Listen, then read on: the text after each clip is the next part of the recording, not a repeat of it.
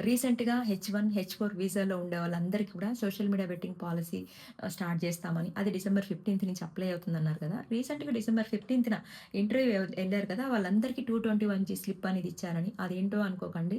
221జీ అంటే ఇప్పటి నుంచి కాదు, ఎప్పటినుంచో ఉందది. కాకపోతే అదేంటంటే 221జీ అడ్మినిస్ట్రేటివ్ ప్రాసెస్ స్లిప్ అనమాట. వాళ్ళ సైడ్ నుంచి ఏదైనా డాక్యుమెంట్ పెండింగ్ ఉన్నా, లేదా మన సైడ్ నుంచి ఏదైనా డాక్యుమెంట్ వెరిఫికేషన్ ఉన్నా కూడా వాళ్ళు ఆ స్లిప్‌లో మెన్షన్ చేసి మనకిస్తారనమాట.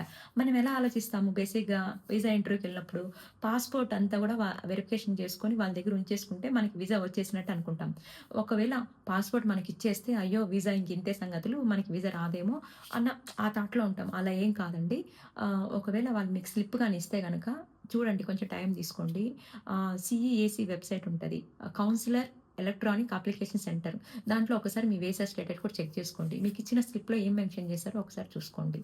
దీని గురించి ఒక ఫుల్ వీడియో తీస్తాను. మీరు ఫుల్ వీడియోలోకి వెళ్ళిపోండి.